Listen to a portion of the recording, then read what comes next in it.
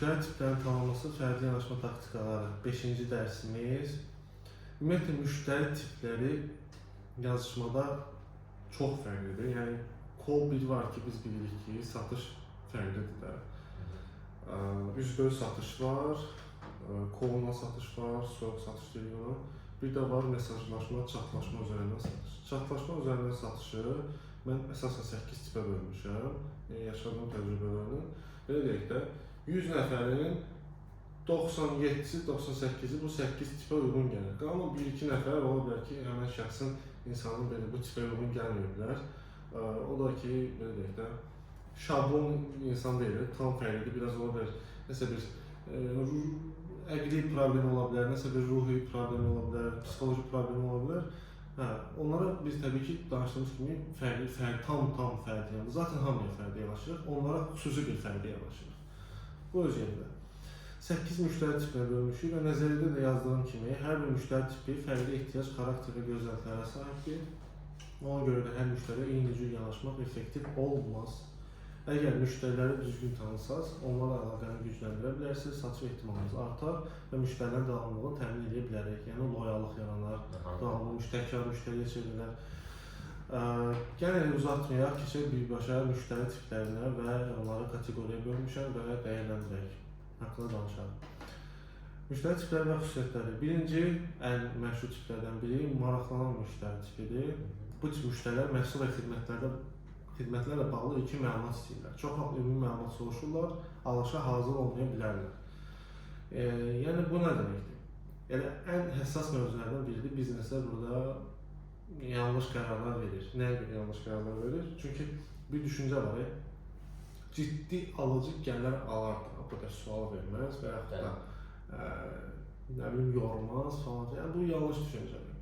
Yəni, insanlar, deyək də, necə deyək, satışda dediyimiz kimi, o xarakteri satışa tətbiq eləmək olmaz. Yansıtmaq olmaz, bəli. Çünki sən xarakter olaraq, bir müştəri tipi olaraq tələbkar müştəri tipi ola bilərsən və bunu yanıltmamalısan. Tələbkar müştəri tipi nədir? Danışacaq vaxtda. Yəni, qısa olaraq deyim ki, net, konkret, biraz necə deyirlər, el arasında kaprizli müştəri tipidir. Daha çox, belə deyək də, rezonans yaratmağa meyillidir. Biraz bu tip, yəni sən elə bir tip insan ola bilərsən və təbii ki, o tip insanlar maraqlanan müştəri tipini xoşlanır. Konkret, net, budur, və səlam, bu tutar uzatmadan, yormadan. İndi biz satıcı olaraq bunları kateqoriya bölmüşük və bunlara fərdi yanaşmalıyıq. Amma bizneslər, baxın, bir maraqlanan müştəri tipinə fərdi yanaşmaq istəmirlər və yaxud bilmirlər. İki halda da. Ya istəmirlər, ya bilmirlər. Çünki maraqlanan müştəri tipi çox sual verir. Detallı məlumat istəyir. Nə bilim, misal üçün də, adicə bu mousedur. Yəni, mouseun burası nədən istehsal olunub belə, kauçukdur, nədir, rezindir, buna qədər soruşa bilirlər. Satıcı da düşünür ki, nə soruşur, belə şey soruşurlar. Halbuki o düzgün yanaşma deyil. Yəni, müştəridir. Yəni, sən onu potensial alıcıya çevirməlisin satıcı olaraq. Bizdə satıcı anlayışı nədir? Hazır müştəridir, gəlir, ona satdığımız söz mən satıcıyam. Elə deyil. Sən satıcı olaraq, sən qarşı tərəfin tipini anlamalısan birinci olaraq. Və o tipinə görə davranmalısan. Onun istəyini, onun istədiyi yola çıxmalısın ilk növbədə və daha sonra, addım öz yolu, öz istiqamətlə çəkməyi bacarmalısan. Satıcı budur.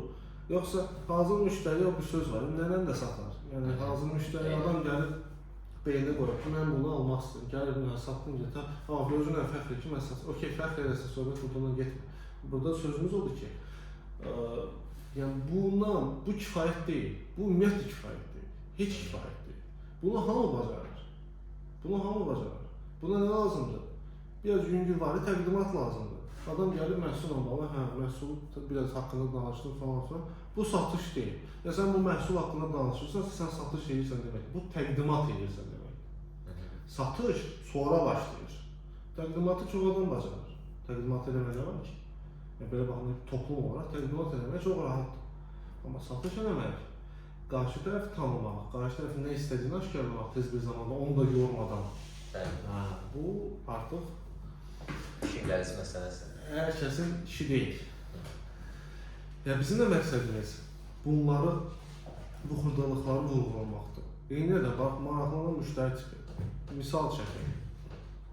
İndi məntiq olaraq qeyd eləmişəm, basic qeyd eləmişəm. Misal üçün, bəlkə kimi məhsulunuzu biraz açıqlaya bilərsiniz. Misal üçün, tutaq ki də adam nəsə satır, bunu satıb da qoyub satır. Adam maraqlanmışdır, biraz deyib bunun haqqında detallı məlumat verir. Biraz nə bilim, bunun chipseti hansı ölkədə istehsal olunmalı, misal üçün, nə bilim, atıram.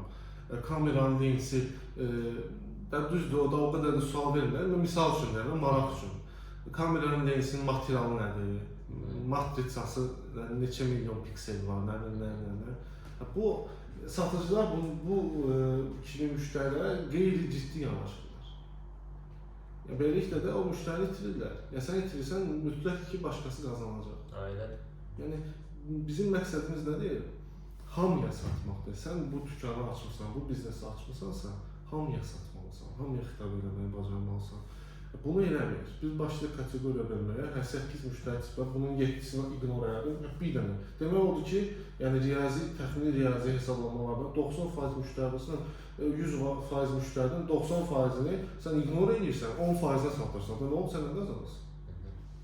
Sən demirəm, 100-ün 100-ünü alırsan, çünki 70%-ni satmalısan, təqdimat eləməyi bacarmalısan, satmalı bacarmalısan. Eyni ilə də. Ona görə burada biraz çox qaldıq, çünki bizneslərin ən çox səbirsiz yanaşdığı məqamlardan biri maraqlı müştəri tipi. Çox sual verir, çox detallı məlumat istəyir, xırdalıqlara belə gedir. Onun getdiyi yoldan yola çıxmalısın. A deyir, A'dan sual verir, A'dan cavab verməlisən, səbirlə. B'dən sual verir, B'dən cavab verməlisən. Yəni bunu periyodik olaraq eləməlisən. İkinci ən həssas yanaşılan müştəri tipi təbii ki, hər kəsin, toplumun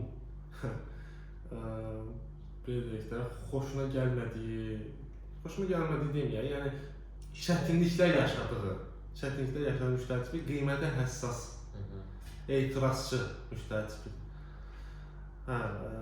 Misal üçün, qiymətləri yüksək hesab edən, müqayisə aparan müştərilərdir, diqqətli və qənaətçil olurlar. Misal üçün, indirim istəyirlər, başqa yerdə daha ucuzdur, sizin onun fərqi nədir? Bu məhsulun qiyməti niyə belə yüksəkdir? Bu müştəri tipləri, bu da ayrılmışıq, bunu ayrıca bir kateqoriyaya. Üçüncü müştəri tipi, bayaq da biraz haqqında danışdığımız tələbkar, detalçı müştəri tipidir. Bu tip müştərilər hər xırda detal soruşur, ətraflı məlumat və asanlıq qərar vermir. Və digər bir variantı, tələbkar müştəri tipi biraz kaprizli olur. El arasında deyilir də bu söz, kaprizli olur. Yəni, hər şey bəyənmir, hər şeylə razı olmur.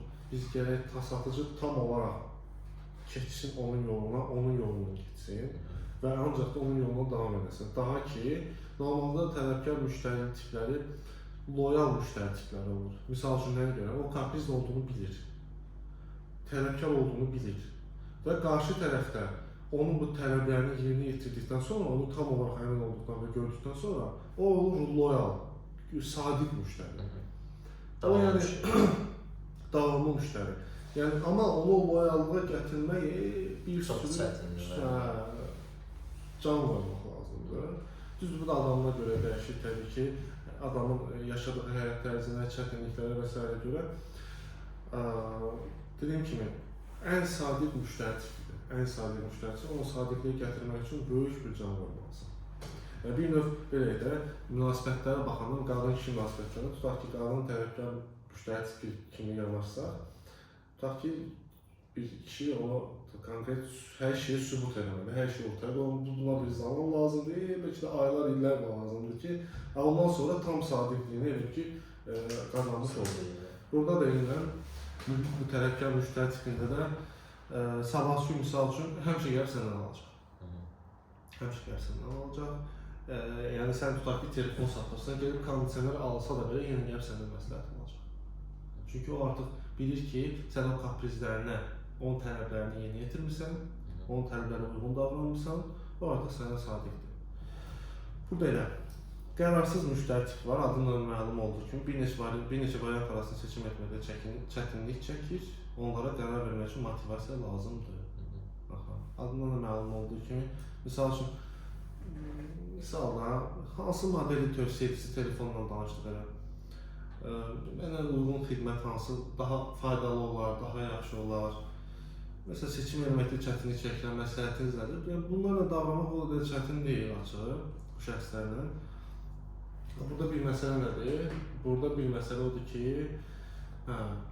nüans, rezonans yaradan məqam, həmən adamın ilk növbədə tələbat daş gəlmək lazımdır. Adam həqiqətən nə istəyir? Zaten adına məlumdur ki, qərarsızdır, nə istədiyini bilmir. Ona görə də ona zaten praktiki tətbiq edirik, sadəcə hələ biz nəzəri danışırıq. Bunların hamısını biri şuuraltımızı trening elətdirəcək. Zaten yazan kimi biləcək ki, bu hansı müştəri tipidir. Zaten onu praktikada tətbiq edirik. Hələ nəzəridən danışırıq. Bu müştərilər qərarsız müştərilər. Misal üçün də adam gəlib və yaxud da yazır,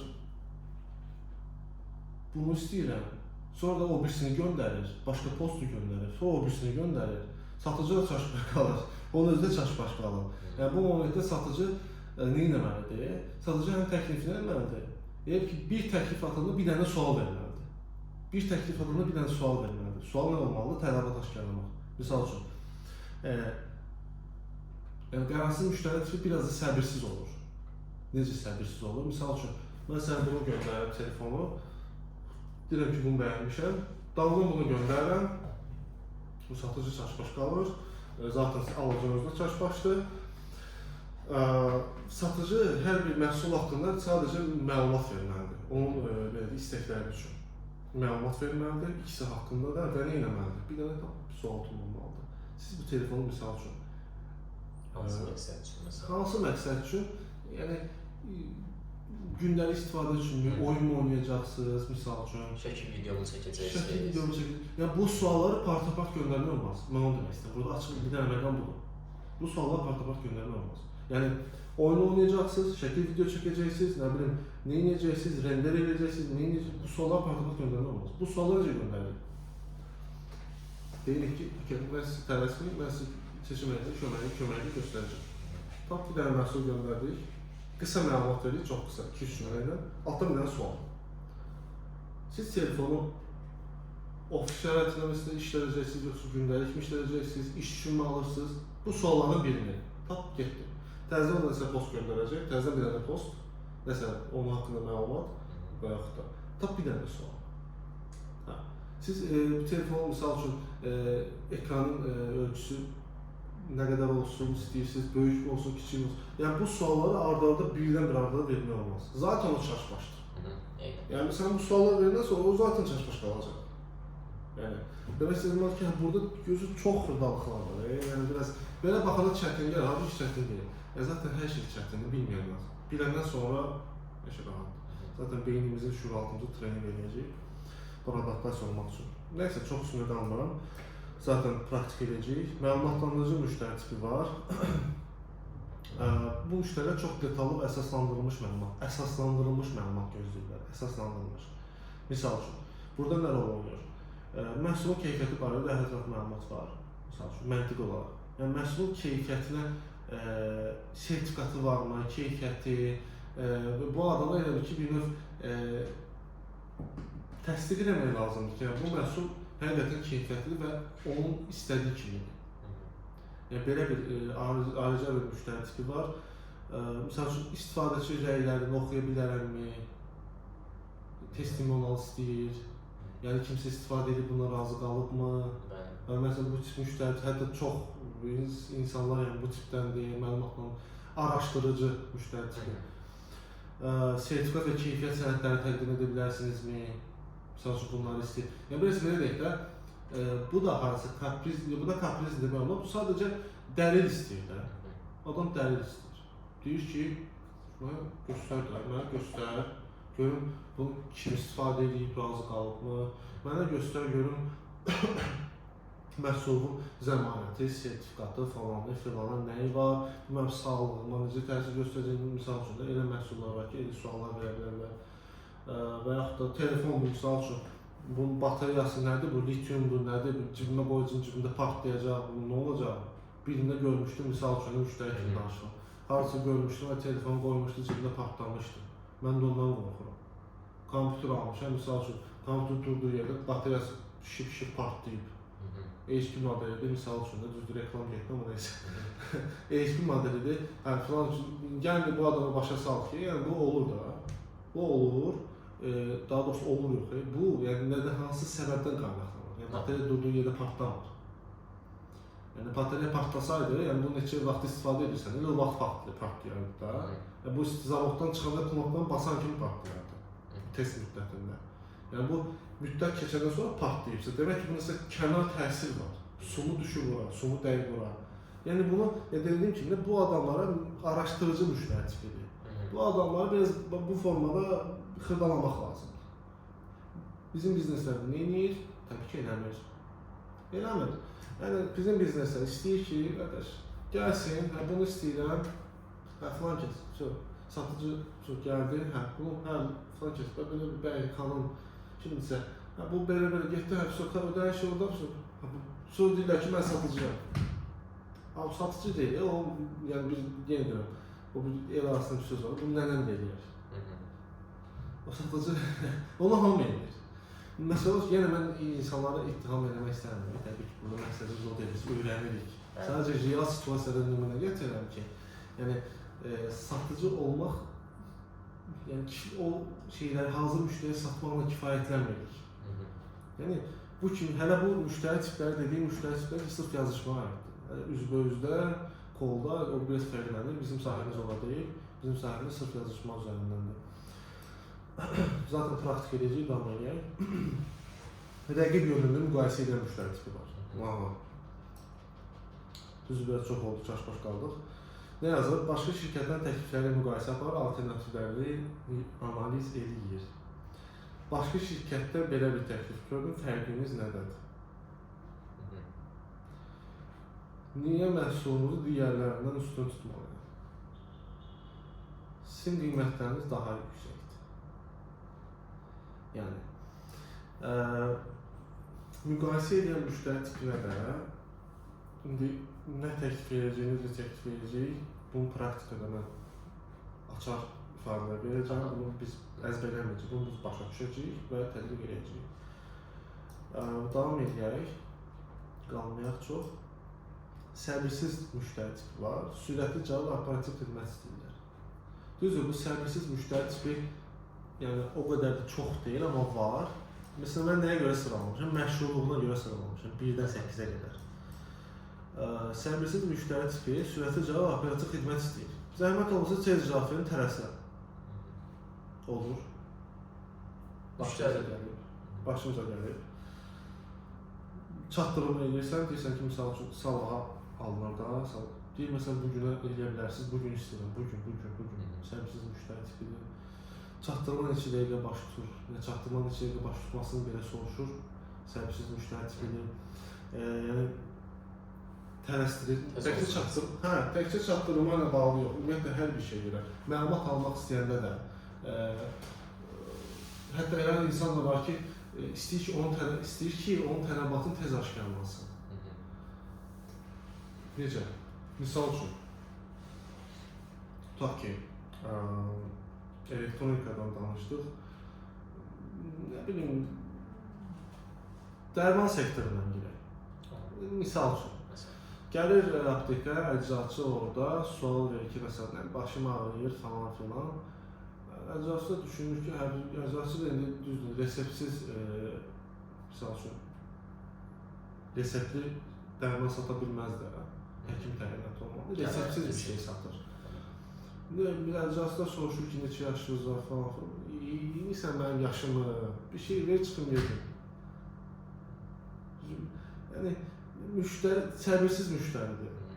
Yəni, o düşünə bilərək ki, başı ağrıyır deyə səbirsizdir. Yox, o belə real həyatda da səbirsizdir. Yəni, iyiysən mənim yaşımı, 45 yaşım var, deyək şeydə qalıram burada. Yəni, dediyim kimi, bax, bu tip müştərilərlə də necə davranmaq lazım, nə eləmək lazımdır, onu praktikada tətbiq edəcəyik. Və dediyim kimi, biz əsas yenə düz aptekdən falan üzböz satışda misal çəkirəm.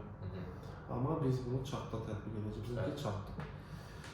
Pasiv müştəri tipi var, nə deyir? Çox danışmırlar, daha çox sizin onları yönləndirmənizi gözləyirlər. Məsələn, yaxşıdır, baxaram, olar məlumat verin, bilmirəm siz təklifinizi bildirin. Pasiv müştəri tipi. Yəni sual vermir.